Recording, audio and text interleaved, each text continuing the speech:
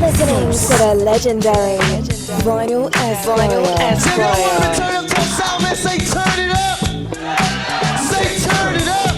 Vinyl Esquire. Uplift the DJ culture. Honors our legends. Vinyl Esquire with DJ Rip. Vinyl Esquire. Say y'all want me to turn up that sound, man. Say turn it up. Say turn it up. Come on. Vinyl Esquire. Look, people, you heard it on the radio, you seen it on the TV show. A to the K, A to the motherfucking C. Vinyl Esquire. Hello world, I want to welcome you to Vinyl Esquire, the podcast that delivers culture, truth, music. Would you join me, please, in welcoming DJ Rip?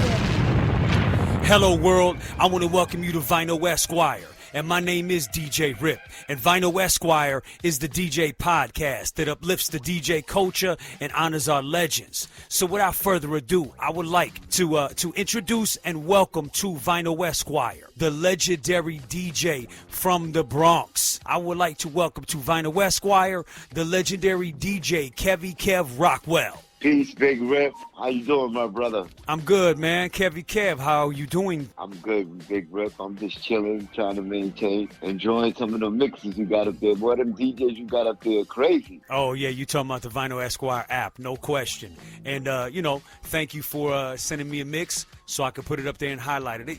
It's dope. The Vinyl Esquire app, it's free. Everyone can download it on the Android or the iPhone.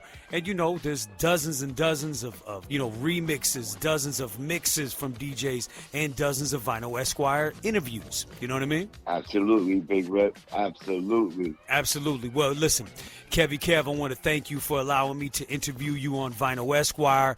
It is a pleasure, and I can't wait to talk to you and peel back the layers of your vast history. So let's go ahead and get right to it. I want to go to the beginning. First, Kev, can you tell me who or what made you want to be a DJ?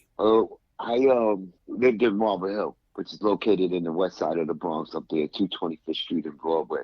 And some of my friends over there, B Ward, Crazy D, CB, they had a group called Rockwell, INC. Okay. And I was intrigued with the DJ aspect of hip hop. So on my birthday in 1978, I asked my mother to buy me some DJ equipment for my birthday, and she did. She obliged. And I got really good with it. I studied Grandmaster Flash, Grand Wizard Theodore, Grand Mixer DST, Imperial JC. Those were the top-notch DJs. You know what I'm saying? And now my mother tells me we got to move.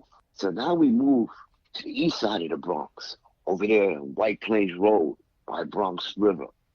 And getting around, when you're young, you get around a lot quicker than you do when you're our age now. You're very, So I went out there and I met some people and brought a couple to the house, and I DJ'd for them. They went crazy. Unbeknownst to them, they knew Disco King Mario. Okay. They went and got the legend Disco King Mario, brought him to my house, and I played for Disco King Mario. And he said, "Yo, Kev, I'm gonna bring you outside." And he brought me out to Bronx River. Wow. And okay. I had the time of my life. He just let me go. Now back then, I loved speed. Like, for instance, Good Times. Good Times. I love doing stuff like that. Flash used to drive me crazy when he used to cut the records like that. So I mastered my speed, and I was in the park playing with Mario. Master Rob, What a Big Kev, and the creator of Scratch, Grand Wizard Theodore, was in the park. And they were leaving when I literally got on. And they heard me cutting up Good Times. And they was like, who is that on the turntable? So Big Rip, they walked back to the park. They walked back to the park to see who was cutting it up. And I got a chance to meet Grand Wizard Theodore that day. Moving forward, I'm in the park again a couple of times later, and Grandmaster Flash is there, and Disco King Mario introduces me to Grandmaster Flash. Okay. Now, this is in the early 1980s. Now, the Ecstasy Garage was just being rebuilt. They actually literally called it the new Ecstasy Garage. So I get a phone call from Mario that Grandmaster Flash wants to see me. So Okay. they gave me his address, and I went over to his house and sat there, and he said, listen, we like the way you get down. We like your crew. We want you to open for us. He says the Fantastic Five, Grand Wizard Theodore and the Fantastic Five, and my group, which is Grandmaster Flash and the Furious Five, we're going to open up the new Ecstasy Garage, and we'd like you to be the opener. Well, I went crazy. I was ecstatic. Okay, so hold on. Before we jump, too far ahead, you would say that you started DJing in 78 or 79? 79. No, 79. I didn't know nothing. I bought my equipment in 78. Okay. For my birthday. Gotcha. The summer is 1978. Okay. But I had no inclination of what I was doing. I just know I liked it, what I saw from the kids in the neighborhood. They had a little group. They was putting some things together. Okay. It's not to the winter of 1979 that I started to get my legs under this DJ thing. And by the summer of 1980, that's when Mario started bringing me out to the park, and that's when I started meeting the legends. Right. And that's exactly when my career took off. So I'm like a 1980s DJ. You know what I'm saying? Okay, so what was your first DJ name? Always been the same name, Kev Rockwell.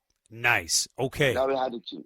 Wow. Okay, cool. So you've always been Kev Rockwell. You started in 79 as a DJ. Okay.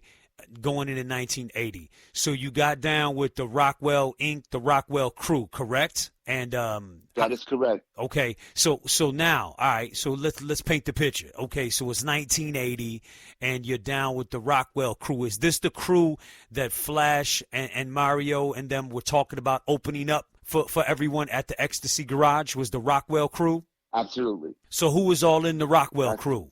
It was Crazy D, CB, Lady Suzette, and Little D.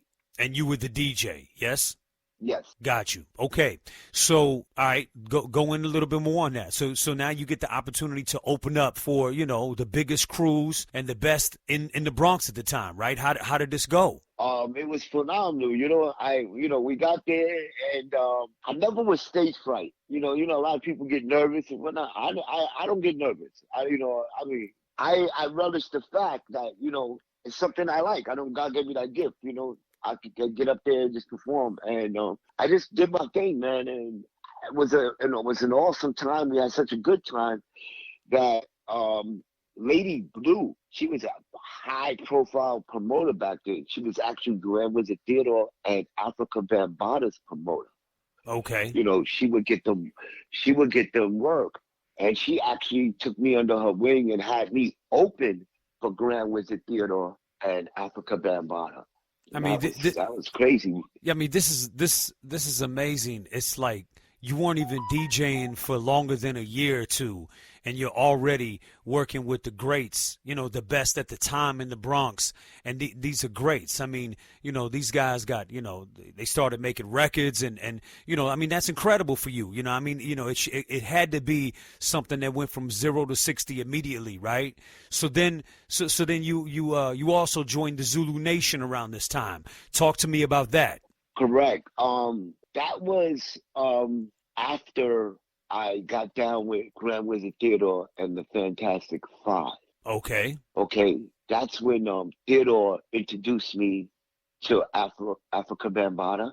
That's when we became a tandem. It was the three of us. It was Bambaata, Grand Wizard Theodore, and Kev Rockwell. And I would open for these gentlemen. And we would go around New York City hitting the biggest clubs, the Dance Interiors, Studio 54s, Roxy's, you name it. It would be us three, and we would hit it, and we were packing the places like crazy. The Limelight, just to throw at you some of the places that we would play at. Right. Okay. Now one night we're at the Dance Interior.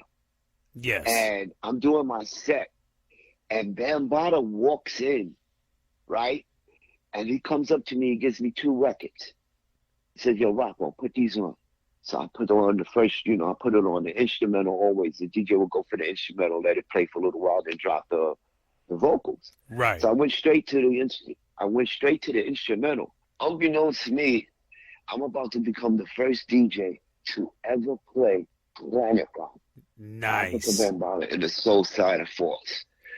So I dropped that record that night, and that crowd went crazy. And then when I came back with the vocals, it was like shut down time, man. And I went crazy, I was lucky, like you said. I was very lucky because when I would practice hard. So I practiced enough where those legends seen something in me, Mario, to introduce me to Theodore and Grandmaster Flash, and for them to take me under their wing and open arms and just allow me to embrace the culture and be around them. Theodore also took me to be a part of Wildstyle. Right. Okay. And now help him do the sound.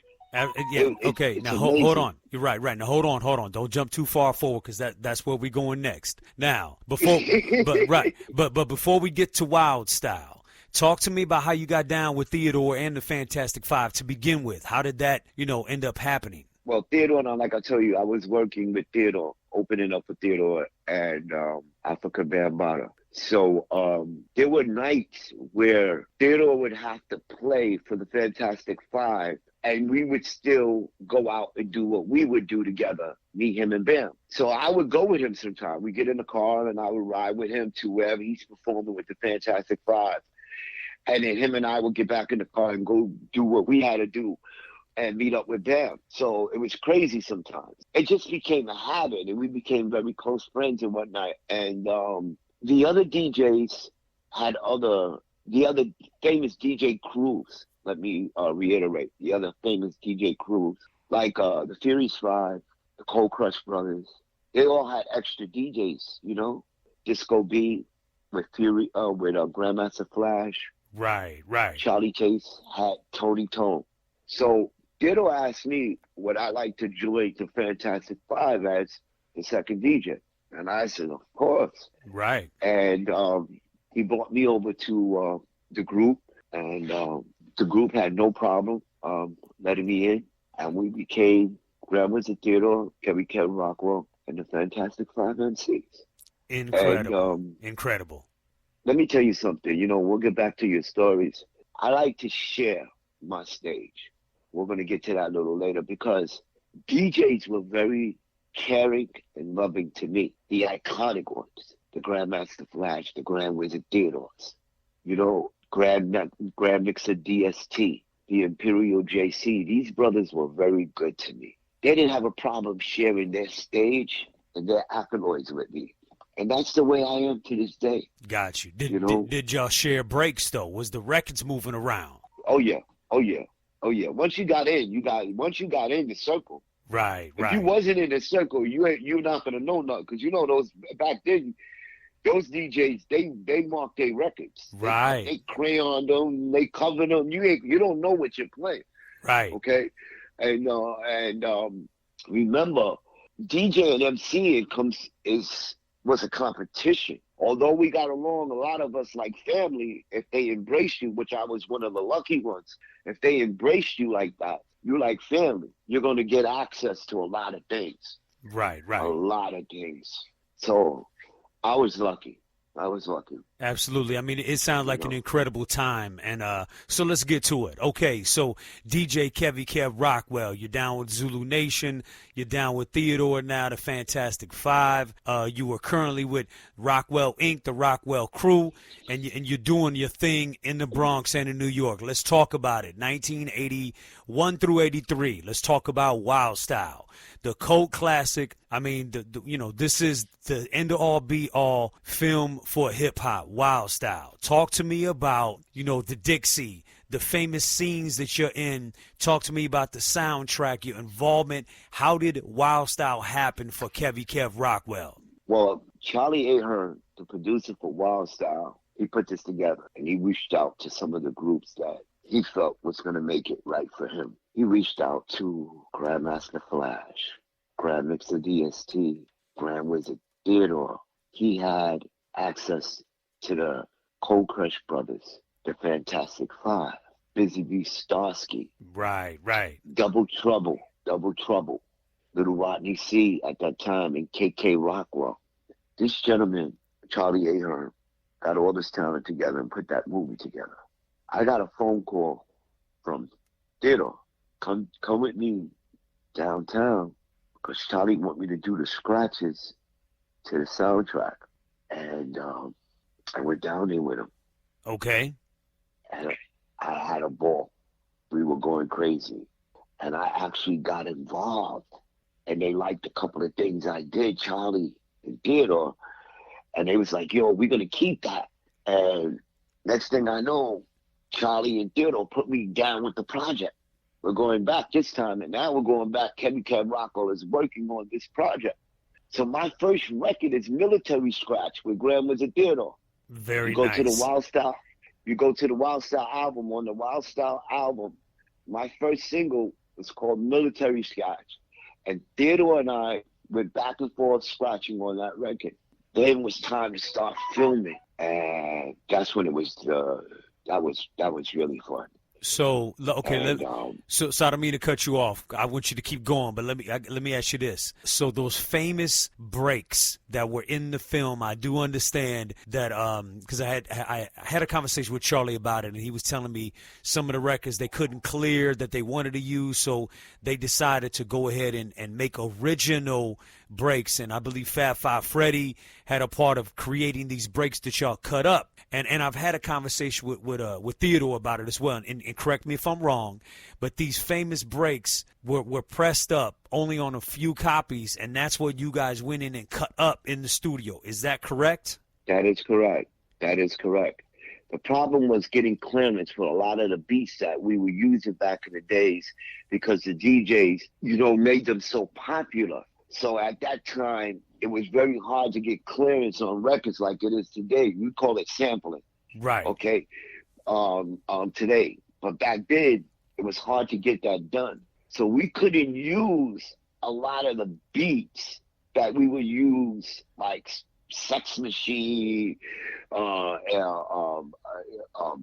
Just Begun, stuff like that. We couldn't use none of that. Right. So what we had to do is exactly what you said. We had to go in and create music to fit those segments, to kind of replace those hip hop records, those hip hop historical records. Right. And that's exactly what. That's incredible. So I just wanted to highlight that. So go ahead. I still want you to elaborate now. You worked on the soundtrack.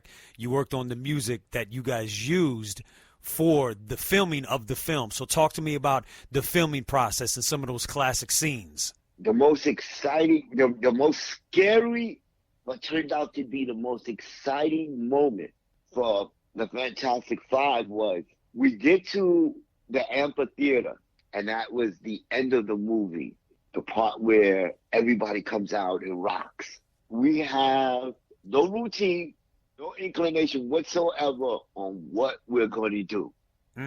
Okay. So it's about 7 minutes, 10 to 7 minutes before it's time for us to go and do our part. We go to Waterbed Kev. Yo, Water, what we going to do? He said, wow, all right. Yo, Rockwell, I need you to go on stage. I need you to just cut up Heartbeat. All right, just tear Heartbeat up. All right, I need to hear ding, tap, tap, doom, tap, doom, ding. That's all I want to hear, Rock. Okay, I want to hear that ding, and I want to hear the tap, tap, doom, tap, and just keep rocking that. All right, yo, we're gonna go up to the top of the crowd, and we're gonna come down the crowd, walk down the crowd onto the stage. Right. Okay. Right. When we get to the stage, I'm going to grab the mic. And I'm going to say, keep that noise, keep that noise. As I'm saying, keep that noise, that's for Theodore to get on the turntables now. You're going to give it to Theodore. Theodore's going to keep that noise. Ding, tap, tap, do tap. And then we're going to stop. And then we're going to say, we're fantastic, five MCs. And then we're going to go from there. And then, yo, it was crazy. Wow. Crazy. You would have swore We practiced that a million times. That it was spur of the moment, spontaneous, vintage, Fantastic Five on the spot. Wow. So that's incredible. And that particular record has been sampled so much in hip hop. You know what I mean? The famous intro. Yeah, we were, yeah. Oh my God. You know, the Fantastic Five, Master Rob, Waterbed Kev, one of the most sampled pioneers in the history of hip hop. Turn It Up. Yes. Puerto Rico. You know what I'm saying? Yes. Most sampled. Back then, man, you know, like all the radio DJs and the radio MCs, I'm talking about the ones that made it to radio, they would always go back and sample Master Rob, Waterbed Kev, especially Waterbed. Turn It Up. If you listen, there's a lot of hip hop records with Turn It Up in it. Right. And the most famous hip hop one was Puerto Rico. Oh, that was done by Master Rob and Waterbed Kev. Absolutely, absolutely. And that's why I brought that up. You know, again, the famous Dixie scene, you know, the famous picture that's all over the internet with you on the turntables with the T-shirt, you know what I mean? And yeah, my Rockwell. Yes. Okay. Yeah, absolutely. Very classic, baby. Very classic. But see, also, you know, that particular record, you know, with all the samples from Public Enemy on, I mean, so many people have sampled that. Turn It Up, the Come On, you know, all of that, the vocals of Puerto Rico, because Master Rob and Waterbed's voice were incredible, my man. And it just, again, Wildstyle, your participation, military cut, military scratch, the soundtrack, the film, it is a cult classic and will go down in history as, you know, one of the best hip hop films ever. You know what I mean? And you were a part of that. So that's incredible, man. So salute to you. That's an incredible moment in time and in history and in your history. So Wildstyle, you were in the film, you're a part of the group, you're a part of the soundtrack, the scratching, production, you know, just a part of the, you know, the whole product. What other records or projects did you work on at that time, you know, aside from Wildstyle? I was strictly, we didn't go into the studio. We just stayed in the clubs. Okay. You know, we did, after we did the Wildstyle album, Theodore and I was just strictly into the clubs. We didn't have time. We didn't make the time to actually go into the studio to recreate beats and start doing things like some of the other DJs did. You know, we just stayed in the clubs doing what we do, you know, rocking the parties. And that's just what I like. That's my enjoyment. I like to go to a party and rock the party, rock the crowd. I like to see the crowd rock from the time I get on the turntables to the time I get off. So that's what we did. So we didn't do anything in between as far as studio work unless it was in collaboration with the MCs. Got you. So what kept you busy as a DJ, you know, after Wildstyle, you know, the 80s and in the 90s? Was it DJing? Was it clubs, tours? You know, what kept Kev Rockwell busy all that time in the 80s and in the 90s? I was doing a lot of DJing, and then I got a daytime job because I started having children. So I needed to keep making more money. Okay. So during the daytime, I wasn't working. I was doing the clubs at night. So then I got a job and I was working during the daytime. I got into the job atmosphere and whatnot. And I worked my way up in the ambulance industry from a driver to the general manager. I took a little time out from DJing. And I got a phone call one day from a childhood friend. And she had a show.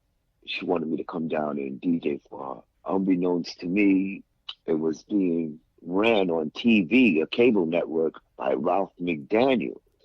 Yes. So I started doing that show with her and Ralph McDaniels, and it was fun. You're talking about the show Just Give Me the Mic, is that correct? That is correct. Okay, that is correct. Okay, go ahead. So now I'm doing Just Give Me the Mic with, and she had that show popping. She had it really popping, and I enjoyed myself. And she gave me the inspiration to get back into DJing. And a friend of hers one night asked me to play for one of her artists at a party called the Aquarius Boys. And I went down and I did the show. I'm enjoying myself at the party, and my equipment is there. And I'm watching the DJs, and I'm like, okay, these DJs is nice, but you know what? I don't think they realize what type of crowd they have here. They want to hear that old school music, that before I let go and stuff. So I went and I said to the sound man, I said, yo, turn my system back on. And he turned my set back on. Okay. And I went crazy.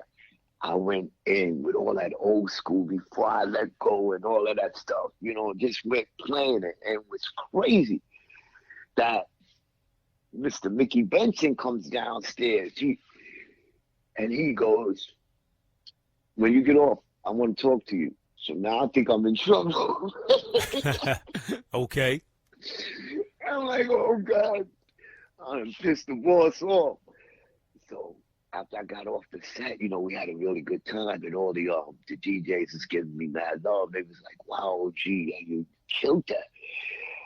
And Mickey Benson goes to me, I love the way you played tonight. You did real good. Listen, I didn't have you scheduled as a part of my DJ, but went in his pocket. He pulled out $500. Okay. He gave me $500. He says, "Lil, give me your phone number. I got an idea. I think you're just the person I need for this idea." So I gave my number. A week later, he calls me and he asks me to open up the Art of Rap radio station. Okay. And Mickey and my brother Spice, they have like 100 radio stations and every genre that you can possibly think of. So they said, we want you to open up the Art of Rap radio, and you're going to play old school. So I started doing that for him for a couple of months, having a good time. Wow, okay. So he calls me a couple of months later while I'm doing the Art of Rap radio, and he says, yo, listen, I'm going to need you to fly down to Minnesota. I'm going to send you all the information you need and everything. I need you to send me your social security number and your banking information. All right? And I'm a little confused. I have no idea what's going on here. Right. So I did everything he told me to do. Sent the information. Boom, did everything he told me to do. And I'm on the phone with my brother Spice. That's our brains right there. We call them brains. So I called Spice and I said, yo, Spicey, what's going on? He said, being that you the Art of Rap DJ on the radio, we're not going to be using all the DJs because that's going to confuse the fans. And I'm like, okay, confuse the fans how? What are you talking about?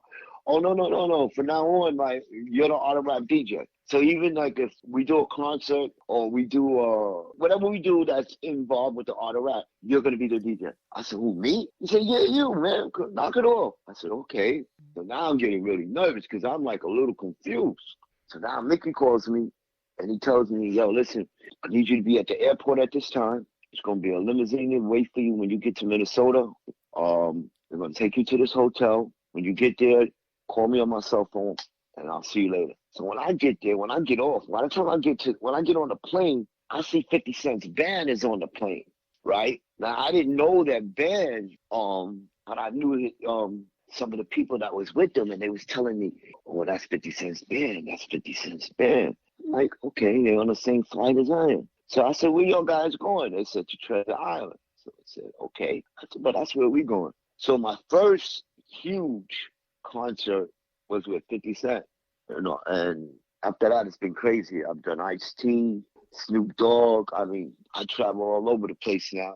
Right. And now I'm the official music director for the Art of Rap. And I pick the DJs that comes on our show, and I like to share because the art of comedy, we always have two DJs. It's always two DJs because I'm the DJ for the comedy show, okay? So I play the music for the artists that's coming on and as they come off. And if they have music that's incorporated in their show, I do all of that. So I like to give the crowd someone else to entertain them while I'm doing the actual comedy show.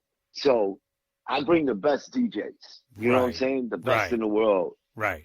And and let them open up, and they get a good hour. Mickey plays them pretty well, and they rock, and we have a good time. So And that's why, go ahead. I'm sorry, bro. yeah. So let me add to that. I didn't mean to cut you off. My apologies. Let me add to that. Okay. So shout out and salute to Mickey Benson. Okay. So Mickey Benson is your acting manager, correct? And he also Yes. worked with Ice-T. So to add some color to what you were saying. So the art of rap is obviously Ice-T and Mickey Benson's, brainchild and brand. Ice-T did the art of rap film, which was incredible. And they launched the tours. And I've worked with Mickey in the past, with groups and booking groups and, whatnot on the art of rap concerts and tours. So the art of rap brand is, the film and the radio stations, right? The radio shows.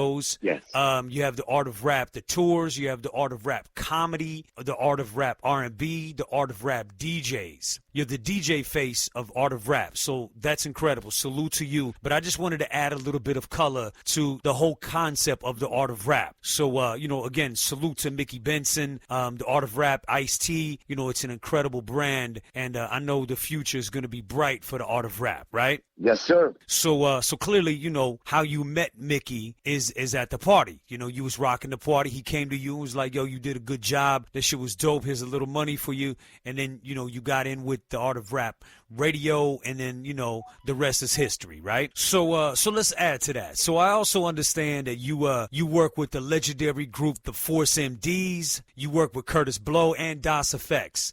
Talk to me about these relationships.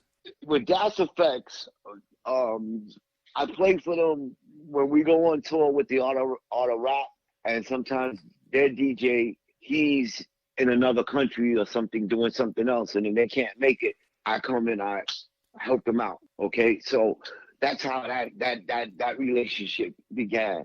Okay. And they have fun. They have fun because we went into practice and they told me what to do, and I got it. Boom, boom, bang, bang, and we got it pretty much done. And they was amazed. But I told them, I'm used to doing this because the Fantastic Five all my life. You know what I'm saying? So you pay attention to detail and you make sure you know what you got to do. And I said, being that most of your records are hits anyway, so I know the vocals.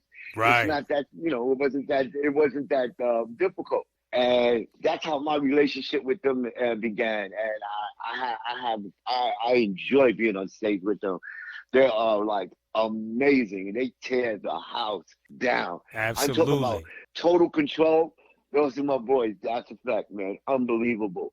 With Curtis, I have the pleasure of, so sometimes he'll call me, depending on what he's doing, and he'll call me and say, yo, Rock, I need you to help me with this show, and I'll just go and DJ for him when he calls me. That's how our relationship began, I'm saying, with him and his wife, because his wife, Shirley, God bless her, is his manager.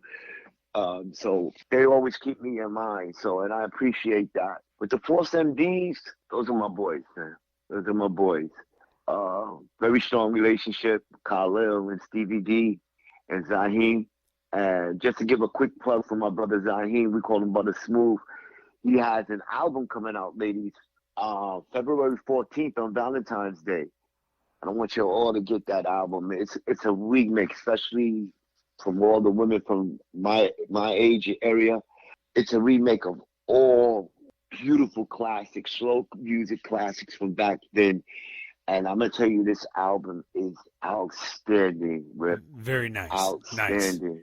Nice. And getting back to my boys, I DJ for them when they don't use a band. Okay. Because they have a band. And when they don't use a band, I DJ for them. Or especially when we're going to do like a hip hop type of show. Right, I'm there for them, and I DJ for them. And another group that I'm a part of, that I'm extremely elated to be a part of, and I enjoy it 100%.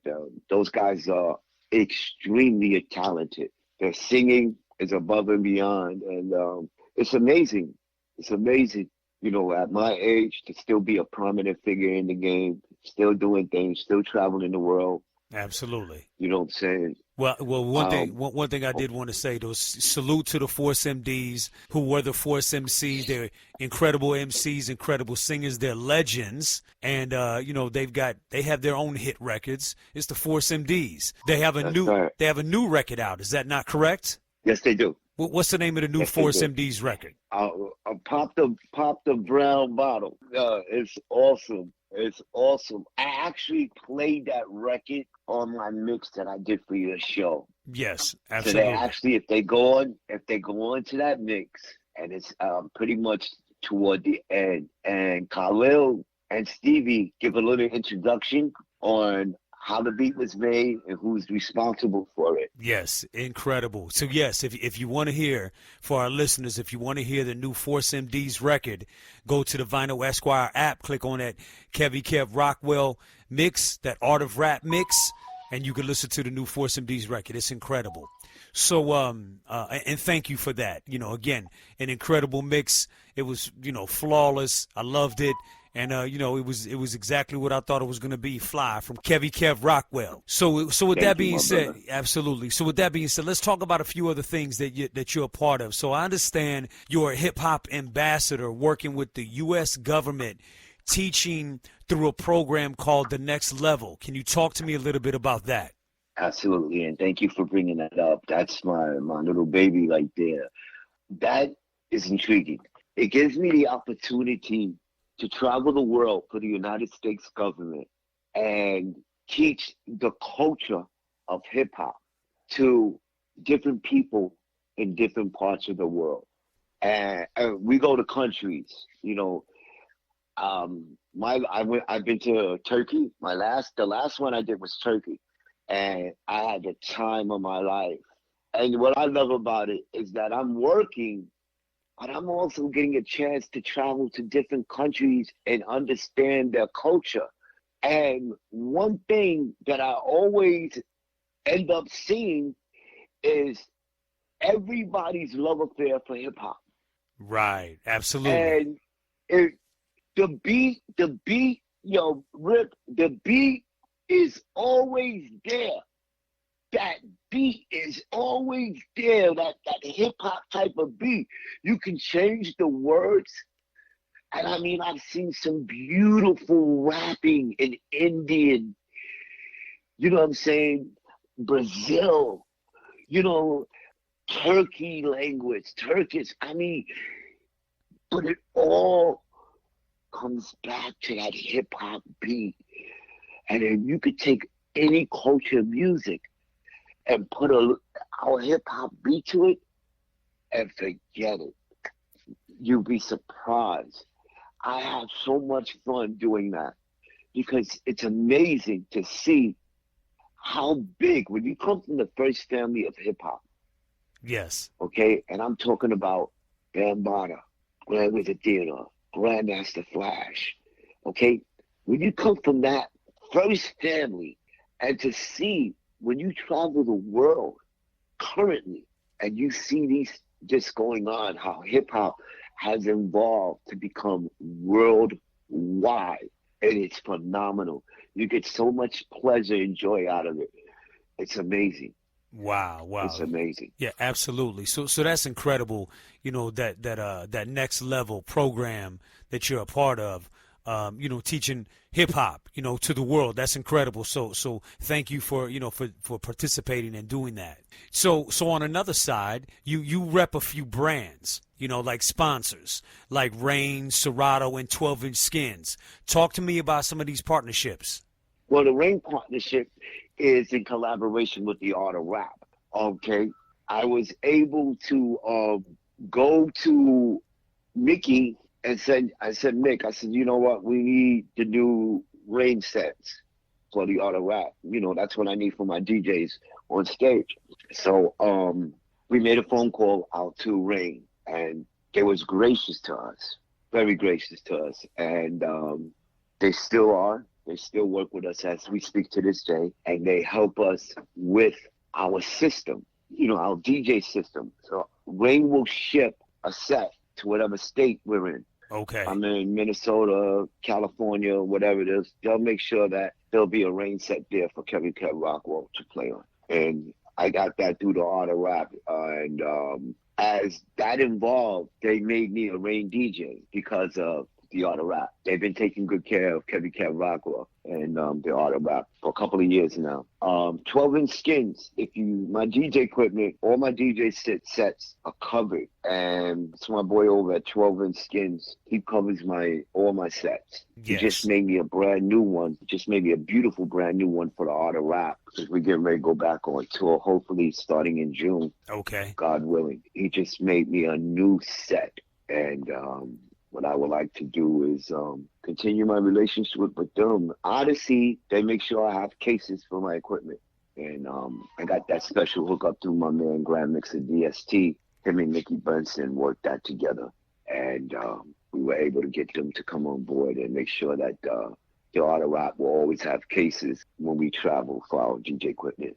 Absolutely, absolutely. And Serato, also through my man, Grand Mixer DST, they make sure that I have the proper programs and stuff that I need and whatnot, and that my Serato DJ is always running flawlessly. Absolutely, and I want to salute Grand Mixer DST, because I don't think a lot of people. First off, he's a legend, you know what I mean, and everything that he's done.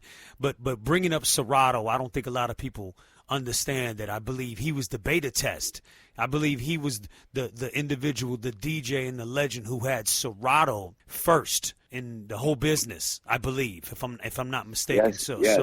So salute to that's his baby. Yes. So salute to the Grand Mixer, because Serato is a lifesaver for 99% of the DJs in the world, right? So salute to him and salute to you. That's incredible. So Kev, what projects are you currently working on? Okay, right now, Team Art of Rap, we're working on a major project for Butter Smooth. Okay, it's a beautiful album. It's about 12 slow records that come from our era, you know, when we were young. And let me throw some names at you that, you know, Hey Love, I Want to Know Your Name, Spell. His current single right now, the first one that Mickey Benson and Ice-T put out was called Body and Soul, okay? The Kiss of Life, Remember the Rain, Everything I Like, and Did Not Blow Your Mind. You know, they did all of these over Butter Smooth. Okay. And that album is about to drop on February 14th. Right. So that's what we're waiting on now. We are currently the Art of Rap. We have a very big project in the makings with Michael Epps. I can go as far as that's all I could say. Something very big coming soon with Michael Epps on the comedy. That's for the Art of Comedy. Very nice. Okay. And Art of R&B is getting ready to kick off a little short mini tour, you know what I'm saying, with some very intriguing, hot R&B acts. Once the pandemic is lifted, we're going to start the Art of R&B. That'll be the third baby. And I want to give somebody some love. I know I probably forgot about my boy, Kool Herc. Okay? Yes, Kool sir. Herc. He gave me my name. He's the only one that calls me the Ripper. Okay? When every time he sees me and I'm on the turntable, they'll say, yo, they go Kev Rockwell. He said, no, that's the Ripper. So, peace to him. You know what I'm saying? Because when I was young back in the day, I was very fast. Right. And he used to call me the Ripper. And I wanted to let the world know that my DJ nickname is the Ripper, only because I got it from the legend himself, Kool Herc. Well, salute to the father of hip-hop, Kool Herc. And the interesting thing about that is that he called you the Ripper because of your speed. Well, my name is DJ Rip, and I'm a DJ. And how I got my name in '84 was similar. I was scratching and practicing, and a kid named Disco, Donald Hannon, told me that it looked like I was ripping the record. You should call yourself DJ Rip. So that's why my name is Rip. for God bless you. how I was scratching. So that's interesting. You know what I mean? And by the way, Kool Herc renamed me years ago Rip Master Rip. So Nice. that's interesting. I had no idea that me and you had that, kind of that connection with Herc with the name. So from one Rip to another, salute to you, My brother. DJ Kevie, No, salute Kev to you. Rockwell. You're the original. You're the original. DJ Rip is the original. You know what I'm saying? I just wanted you to know that. And I, somehow, somewhere I forgot to mention my man, Kool Herc, you know what I'm saying? And God bless him. And I just wanted to mention that part. I also wanted to say that I love sharing. I love sharing my platform. Yes. I have one of the biggest platforms right now, the art of rap. It's very huge. We're all over, okay? And we do a lot for the people. And I want to give a big, big shout out to Mick Benzo and Male Awareness Foundation. Absolutely. It's very important to us. Okay. It's very important. That's one of his babies because he wants everybody to understand, all us men. My boss wants you guys to know something from the bottom of his heart, and it means the world to him. Don't be afraid to get a checkup. Right. Absolutely. Okay? Don't be afraid. We want you to go on to maleawareness.com. We're there for you, and they can help you, and they're willing to help because that's what they do. The art of rap, that's what they do. They give, they share, and most importantly, they love. And I just wanted you guys to know that. That's very important to my family, Big Benzo, Ice-T, Male Awareness. Because when you get our age, it's very important. It's very important. Absolutely. And that's incredible. And thank you for sharing that information. No question. And we'll plug that one last time right before we get out of here. So Kevie Kev, tell me what keeps you sharp on those turntables, and how would you describe your style? I'm a combination. Well, now back then, man, I forget it. When I was young, I was a scratch boy. I love scratching. Okay, I love scratching. Yep. And that's what I did. Scratch anything. I'm a scratch slow record. Okay. And then I got the logist of it. I got it right. I started to really understand things a little differently. And I realized sometimes you got to put on a show. You know what I'm saying? I like to get up there now and just put on a show for the people. Let them have fun. You know what I'm saying? Yes. Double up, scratch here and there. Let them hear the record. Let them enjoy the record. You know what I'm saying? But have fun with it. You know what I'm saying? And that's what's important to me. You know what I'm saying? Now, when I first came up, I was a combination of Grand Wizard, Theodore, and Grandmaster Flash, and collaborated, okay? Because that's who I studied. Those were my mentors. They were the best in the game. And if you want to be like them, you got to be able to perform like them. Right. And I had the distinct honor of having them mentor me and allowing me to grow. Much respect and love to the legend, the creator of Scratch, Grand Wizard Theodore, and of course, Grandmaster Flash. Absolutely. Absolutely. Again, I wanted to let you guys know that we are setting up a 5-city run for 2021 and 2020 and the beginning of 2022. We're going to roll out a major tour. Everything is already pretty much it's already pretty much set, but the problem is we're trying to figure out exactly how it's going to happen once they get this pandemic situation under control. Right. Okay. You're going to have me and my brother, David Bowles, very good friend of mine. It's actually Mickey's assistant, Mickey Benson's assistant. We have a show coming out. When the auto rap touches down into your state, we're doing what's called an Invest in Yourself tour. So when we get to your city, you can compete to be on stage to open for the auto rap if you win. Okay, that's dope. And you will also get a distribution deal from Pay Up Records. Okay, and they'll take your favorite single, whatever one you feel is what you want to promote, and we'll promote it around the world on Pay Up Records, Wow. Pay Up Distribution Records. Yeah, and that's incredible. And you get, we're about sharing, okay? We're about sharing. We're about love.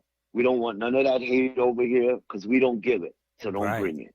Absolutely. You understand what I'm saying? Absolutely, okay. Absolutely. So within this conversation, we've talked about your past, and we quickly ran through how it all got started for Kev Rockwell, and the past was dope, and it looks like the future's very bright, and it looks like you got a lot of dope things in the works, with yourself as a DJ, with Art of Rap, the brand, and all the platforms and the touring. It's incredible.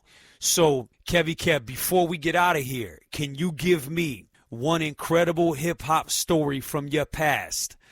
Something that you haven't talked about already, and something that, would be very exciting to know that people might not know about you. Just give me one story before we get out of here.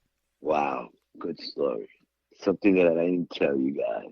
The most fun I've been having is in all correlation to my current platform is the Art of Rap. Okay. And I would say my funniest time was that we were in Rahway, New Jersey, doing a show with Ice-T. Okay. If you know Ice-T, he's very fickle, yo. You gotta have it right. Yeah. So the engineer, he was having little difficulties with the engineer. And Mickey said, yo, Kev, go see what's going on with Ice. He seems to be irritated. I don't know what's going on. I got to deal with these people over there. So I went to the stage, and I said, I asked Ice what's going on. So he says, oh, this guy doesn't understand what I'm explaining to him. So I went up to the engineer booth, and I said, yo, can I do this? I started rearranging the sound. Bang, bang, bang, bang, bang, bang, bang. So then I said, yo, Ice, try it now. He said, oh, that's beautiful. That's perfect. So I said, oh, you said, what did you do?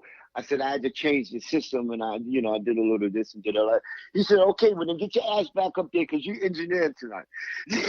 Wow. So you got DJ and engineer the whole thing now, right? Yeah. And so now I'm up in the engineer booth, and I'm engineering for Ice-T's show, So I said, yo, Mick. I said, Mick was looking for me, and they told Mick, oh, he's engineering for Ice-T now. He says, the other guy's not engineering. It's Kev now. Wow. So what did that job pay? No. Ice. Hey, let me tell you something, okay? They gave me a Mercedes-Benz. E350. Nice. Okay. E350. My Mickey, I separated from my wife. Okay. So I left everything. So when I left, so Rick said, yo, but you ain't got no car to get around. You're gonna leave with a car. Why you gonna leave with a car? You ain't gonna have no car. So now let her have the car. I'll buy another car. I get a phone call a couple of days later to go to this address, which is a New Jersey address in Paramus. And I get there.